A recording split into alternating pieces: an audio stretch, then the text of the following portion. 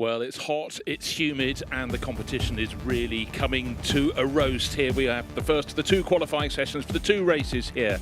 Our Fanatec GT World Challenge Europe. This is the fourth of the 5 rounds of the sprint series, and it really is getting very, very competitive indeed. My name is Bruce Jones, and alongside me this very hot and humid day is John Watson. Well, there you see the weather, the cloud bubbling over the circuit, but the humidity says 45%. When you're outside, believe me, it feels a lot more humid, but the track temperature has been fluctuating between 41 and a bit higher than that. So Magny-Cours circuit, let's have a look at it very briefly. 4.4 kilometres, 17 turns, pack a lot of corners into that 4.4 kilometres, or if you're still in miles, 2.741 miles. Key to this circuit is qualifying, because essentially over the last 6 sprint races here, 5 have been won from pole position. So it just puts an additional pressure on every one of the 32 competitors here this weekend to try and get that one magic lap to get them in the pole position. And let's just reiterate, John, it's only 10 minutes of track time they have, so they've got to make sure there's no traffic. We've got 32 cars here to play this weekend. As you say, you knit those between 17 turns, and really perhaps getting out onto the track as the first car is a very good thing to do. So the cars we're going to go green, and they're going to get straight out onto the circuit. Yeah, I mean, talk about getting pole position. Getting any lap time in is always a challenge. 32 cars on the racetrack, all focusing and trying to find that one clear lap, and that's sort of almost a bit of Houdini magic escape. How do you manage to do that? Well, there's one of the cars and driver pairing combinations that's enjoyed great success, particularly when the Audi days with WRT, with Charles Weerts and Dries van Thor. And all around you've got one of the Emil Frey Ferraris, that's you can see the Audi Pereira. So it's a log jam at the pit lane exit waiting for the track to go green. So Dylan Pereira in the Trezor and Tato Racing, the number 66 Audi, seemingly not quite as exercised about getting into that line of cars. And I think there's a difference of opinion. Do you charge, as everybody here is doing, at the pit lane exit at the earliest opportunity? Do you wait back maybe a minute to let that group of cars make their way around on an opening lap, then you come out and hopefully might find that magic clear moment, clear spot? You might not. Let's just run down through the 4 categories, because 2 of them are divided by almost no points at all. The Pro category, here we have just 2 points between Dries van Thor and Charles Weerts in their Team WT Audi, and Lucas Auer and Maro Engel in their Mercedes. That is a blink of an eye. 4 races across the 2 rounds to settle this. Yeah, and over this season, Lucas Auer has been overall the best individual qualifier. So that gives that opportunity with Maro Engel. You know, you're going to be looking at Maro Engel and Lucas Auer in the Windward Racing Team Manfilter Mercedes AMG GT3 Evo, to give it a full title. So that's going to be a car that will challenge. But yesterday, when we had a free practice session at approximately the same time, it was the number 9 Mercedes of Jules Gounod who was quickest, and that time was a 1:37.3. Now, everybody will be running maybe on a brand new set of tyres for one or both sessions. Certainly this session here is for 10 minutes long. It's going to be a challenge, and you've got to think, Jules Gounod, Lucas Auer, 2 of the principal Mercedes chargers, are going to be vying for overall pole position. Well, so much to play for, and also down in the gold class, only 3 points between championship leaders Luca Engstler and Max Hofer, and Paul Everard and Gilles Magnus, hometown favourites in so many ways. They're looking to see if they can topple them. So really, really tight in 2 of the 4 classes. 2 races here, 1 this evening, 1 tomorrow afternoon, and the final sprint rounds will be in the middle of October, 12th and 13th of October in Barcelona. But right now, there it is, the pit exit. There's the Mad Panda Motorsport Mercedes lining up in the middle of the group. A bit of light cloud starting to blow in on a day that's been very, very bright indeed. But the track is dry. The time is short, just 10 minutes in this qualifying session. So just waiting for the red light at the end of the pit lane to go green. So there's a Ferrari stop there, and there's an engineer in front of the car. Now, why that car is stopped there? Is there a reason, a technical reason, or is there a logistical reason, or whatever? We don't know. The Ferrari, waiting to see. So Ben Green in car 14 is the car that was sitting unmoved until maybe the rest of the field. Maybe he did something which was technically or logistically not correct when he made his way down the pit lane. We don't know. That car sitting there. The rest of the field stream their way around, coming down. This is the straight down into the Adelaide hairpin. So you come through turn 4, which is a curve. It's called Gulf, but it's really little more than a squeeze in the steering wheels. Then the big break coming down into Adelaide. Favourite overtaking spot but another spot that's very easily defended. Yeah, it's a right-hand hairpin, quite broad as a hairpin, but what you have to remember, there are uphill chicanes here, downhill chicanes at so many places. One of the Garage 59 McLarens sitting stationary. Benjamin Goethe going nowhere fast. Of course, the clock continues to tick around. Hopefully, Garage 59, for their sake, that car will get going, but that is not a great position for their pro car. And we're just waiting for news, and we've just received it. We asked about the Emil Fry Racing Ferrari. Ben Green was in the fast lane before the fast lane was open. That was a technical infringement, so he was held on the naughty boy step until everybody else had gone out. Yeah, so I mean, just in his enthusiasm, let's call it that, to get out ahead of the rest of the field, he made a small error of judgment. Maybe the team were as much to blame for it as the driver. Anyway, he'll be out on the track. He's out on the track. We saw him leaving a few minutes ago. So we got a red flag, and everybody will immediately, maybe one or two cars actually were just coming on to start-finish straight. So this Garage 59, Benjamin Goethe McLaren, is going to have to be removed. And the clock is stopped. So we've got 8 minutes and 23 seconds remaining. And I mean, it's most unusual to see a car literally on its outlap. So, well, actually, the good thing there, John, was that not one car managed to just nip through Chateau d'Eau, the final corner, and kick off on another, not the Chateau d'Eau, sorry, Virage du Lycée. Yes. Had they gone through that little chicane onto the start-finish straight, they'd have had to waste time, fuel, and effort going the whole way around. Arguably, one more lap on if it's a new set of tyres, because we know that the best time a tyre is going to give a driver a combination is when that tyre is on its first full flying lap. And another lap, if you had to make another lap because you couldn't get into the pit lane when the red flag was displayed, then handicap for everybody. But they're all they're coming back at the requested or the required 50 kilometers per hour in a red flag situation. Yeah, but the McLaren had pulled over just after pit exit. You can see the track was bending down. That's as they dip out of Grand Courbe towards Estoril, going nowhere. But they're going to presume, unless they can take it against the flow of the traffic, which maybe they can during a red flag period when everyone is stopped. Otherwise, it's got to do 90%, 99% of the circuit. Well, I don't know whether I can't second guess what the problem might be. Sometimes these things are a reboot, reset, whatever. But undoubtedly, Benjamin Goethe is pushing all the buttons he's been advised to by the team in the pit lane, and still the car remains stationary. So whether they will tow that car back or whether they will require a truck to lift it up, put it on the back of a truck and return it to the pits, but not the start Garage 59 we're doing, looking for the 159, which is pretty much, you might say, that is the pro car within the Garage 59 lineup. Yeah, the sister car has sort of chopped and changed its driver lineup. That's their rock-solid one, so hopefully it's a quick fix. Riding on board with Eddie Cheever and the Sky Tempesta Racing Ferrari. Now that has got going, so that is very good news for all concerned. A quick clean-up. We were told the session would be resuming at short notice, and clearly what needed to be flicked has been. So there's a red flag out, but I have to say Benjamin Goethe is probably exceeding the required speed limit. Maybe under the circumstances he'll be excused to enable him to get back into the pit lane and then let this qualifying session get underway. We've just got under 8.5 minutes of the 10 minutes of the session remaining. Even greater pressure and everybody sitting in the pit lane. You can imagine what a driver is thinking, what am I going to do? Well, what you've got to do is go out and get a clean lap and just nail it and get a time. Right, the second car in the queue is one that's really worth looking at. That's Lucas Auer.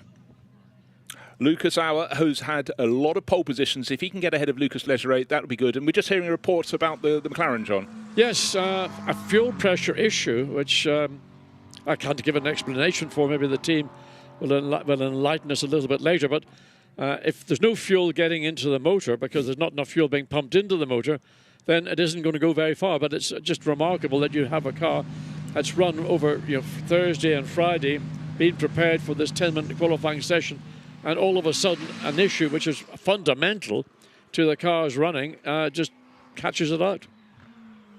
Well, it will get to come and play in qualifying.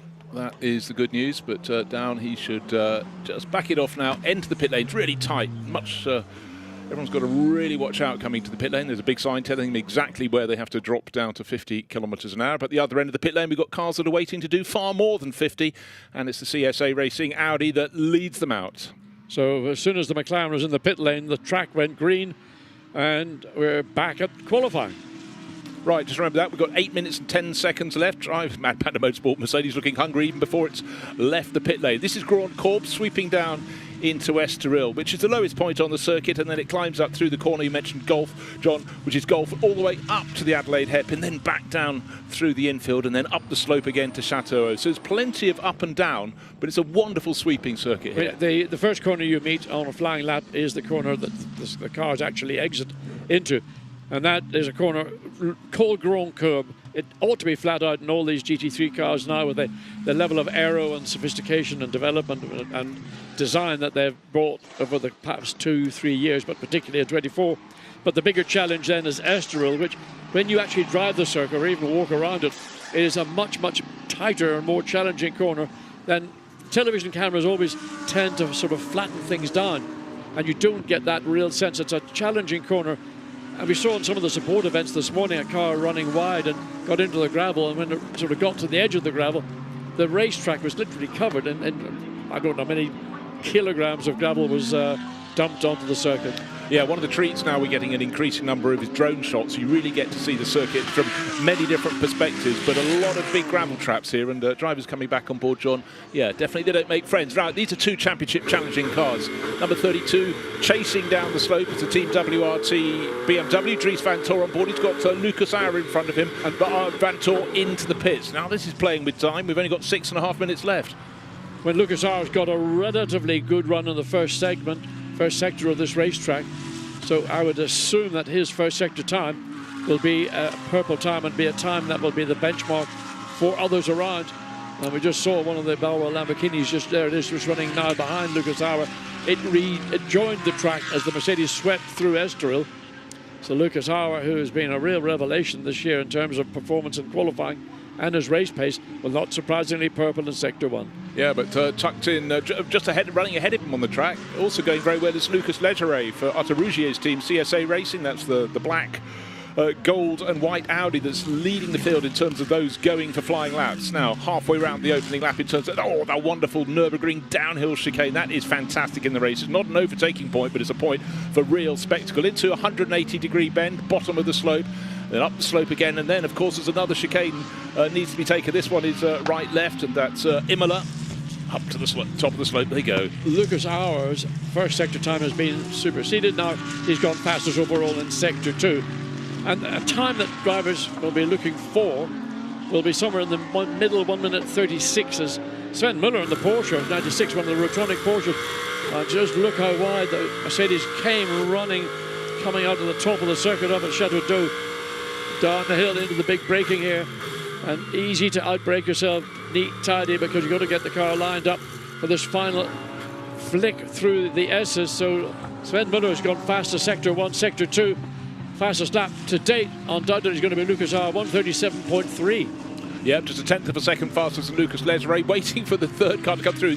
Mad Panda Motorsport put Mercedes in, but Lucas Auer is still top. Luca Engstler moves into second place, just a tenth of a second down. But here comes Sven Muller, purple in 1, purple in 2, and through the very tricky final couple of corners, the right-left flick onto the start-finish straight. What's he going to do? It should be under 1 minute 37.3. Where's it going to drop him in? 1:36.8, on top by half a second. We're halfway through the session. Half the session, and more has gone.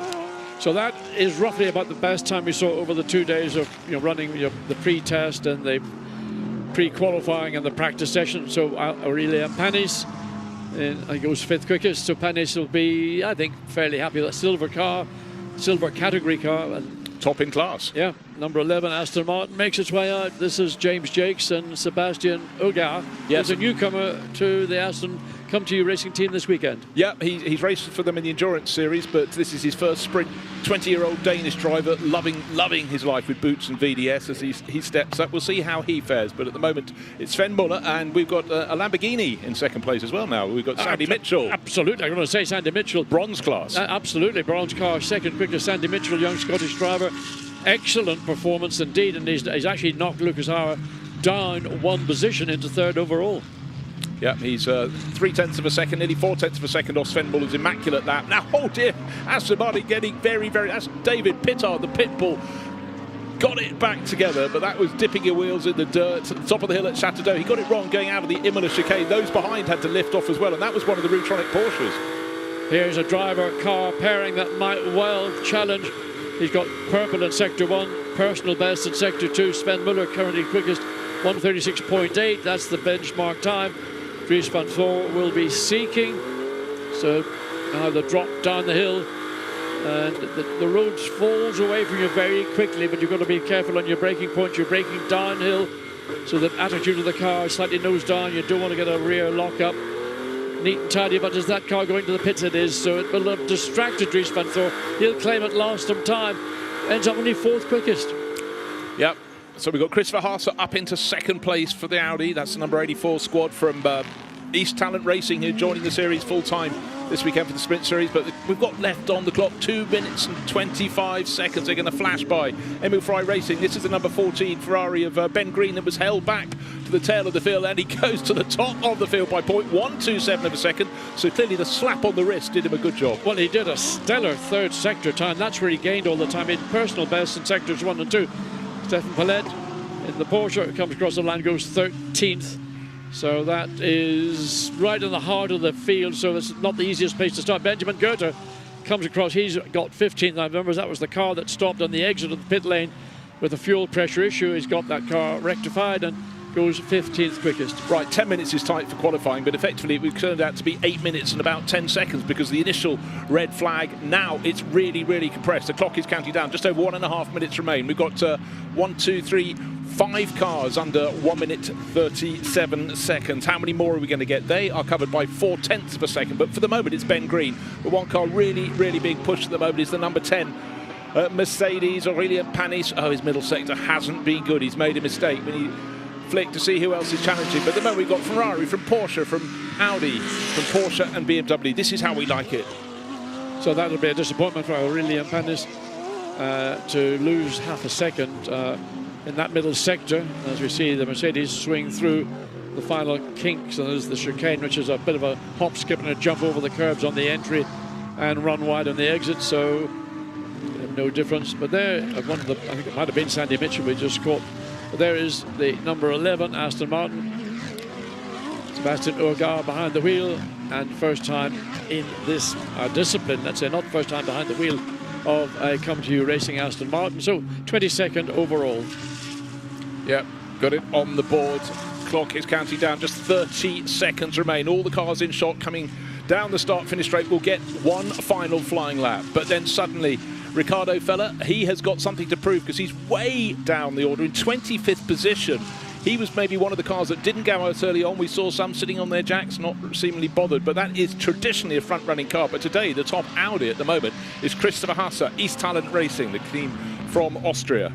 Yes, and he's got purple in that middle sector, and there's a little bit down in sector 1, so it's almost a net-net situation between the first 2 sectors. But Christopher Haase, as you mentioned, currently 4th overall, not got that middle sector time, quickest of everybody. We've just got a new car up into 2nd place. It's the BMW leading the bronze class, and it's Dan Harper doing what you would expect. He's just under 1/10 of a second down on Ben Green. Ben Green has gone quickest in the Ferrari, so 1:36.7. Dan Harper in the BMW, a sterling effort, quickest of the BMWs to date, quicker than the 32 WRT car.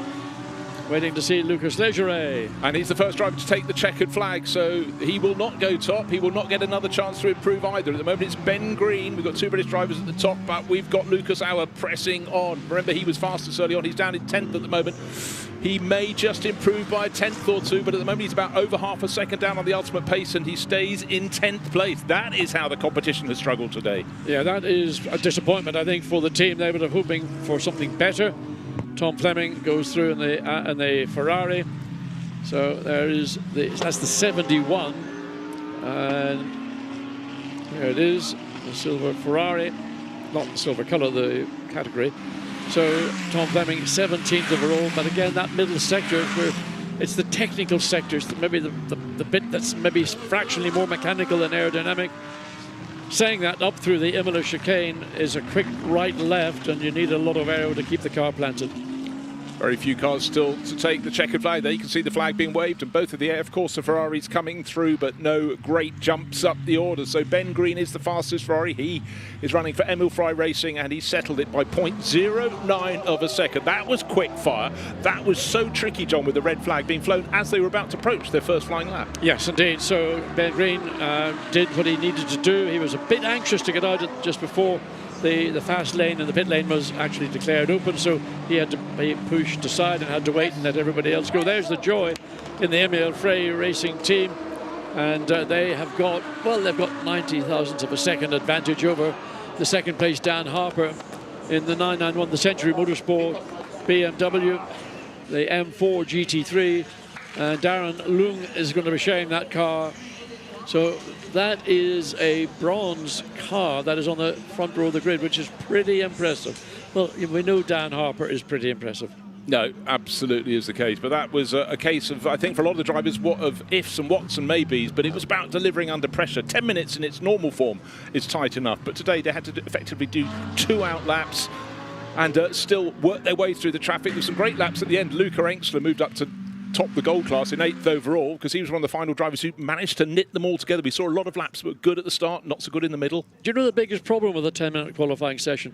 You're spoiled for choice of who do you follow, because literally all the sectors are being lit up with purple, green, yellow, whatever. Well, let's take a look. Ben Green topped the charts in the Emil Frey Ferrari, as you can see, by 0.09 of a second from Dan Harper's BMW from Century Motorsport. Rutronic Porsche, Sven Muller, brilliant job early on. And Christopher Haase almost had another lap in him. He's Talent Racing Audi, 4th overall. Look how tight the times are. You almost get, when you get to the bottom of the screen, the top 20 cars covered by 1 single second around this 17-corner circuit. But Luca Engstler top in the gold class. There he is in 8th overall. Dan Harper top in bronze, and top in silver is Ezequiel Perez Compang, 14th overall. The Mad Panda Motorsport Mercedes top today. Has another chance to qualify again tomorrow. More to the point, his teammate Tom Callender, the young Dutch racer, will be performing. This evening's race starts at 8:15, but it's very tight. And in fact, the top 21 cars, all the way down to Patrick Kujala's Lamborghini, covered within the top second. And some big names down the bottom. The Magny-Cours Jules Gounon Mercedes all the way down in 27th position. You're going to have to repeat it because I don't believe it. And it's 2 places ahead of Ricardo Feller and Alex Larker, all his front runners. 2 guaranteed front runners outside the top 10, outside the top 20. You know, the number 9 Mercedes, Max Goertz and Jules Gounon. Gounon was quickest yesterday in that that's what they call not the prepaid session. There's one that followed that, a practice session. They've got different sessions to run at different times. And that car had the pace in Gounon's hand, but what happened to Max Goertz? Why did he not seem, or was he unable to drag the time? Well, I'll tell you what, I was having a quick look at the penalty screen to see, of course, we always get drivers exceeding track limits. Maybe their one good shot was ruled out by going wide, but certainly Ben Green was the driver who delivered. And as the fans sit in the grandstand, it's a very, very busy weekend. The Ferrari fans will be very pleased indeed. Emil Frey Racing, British driver Ben Green delivering from Dan Harper by just 0.09 of a second, but super, super close. But, I mean, the difference between success and failure seemed tighter today than ever before. Well, I think, in effect, you had a 10-minute session that was truncated into just over 8.5 minutes.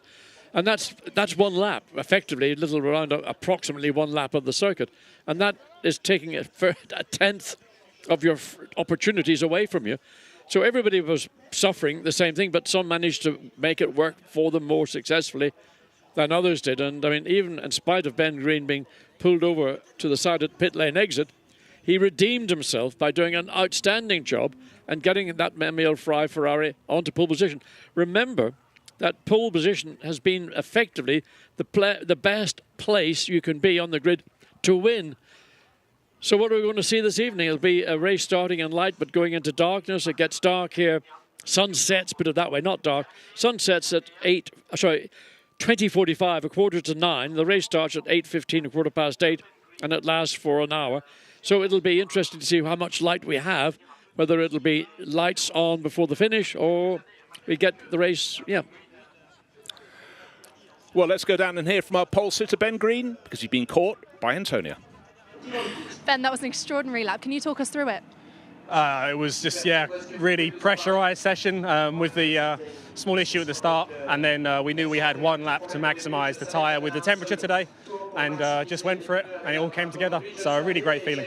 Huge congratulations. Show us your Rover Award.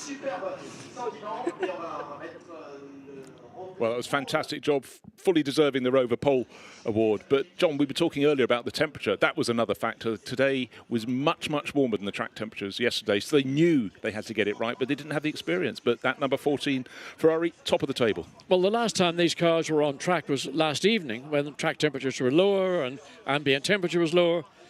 You come to the middle of or early part of an afternoon when the track temperature and ambient temperature are at the highest they've been basically over the weekend. Well, taking a look back at the highlights, it really was a truncated session. It was already tight. They knew they had to get out and deliver. They'd lost nearly a minute with the initial red flag. And then it was about making track space. And the likes of Dries van Tor very much on the pace early on. They really wanted 2 flying laps, but for a lot of the drivers, it was the first one that counted. Sven Muller went to the top. Dan Harper challenged, got up into second place, but it was Ben Green for ML Fry Racing in his Ferrari that came out at the top of the charts. Well, that's goodbye from me and John for now, but join us. The race, the first of 2, will start at 8:15 this evening here at Magny-Cours.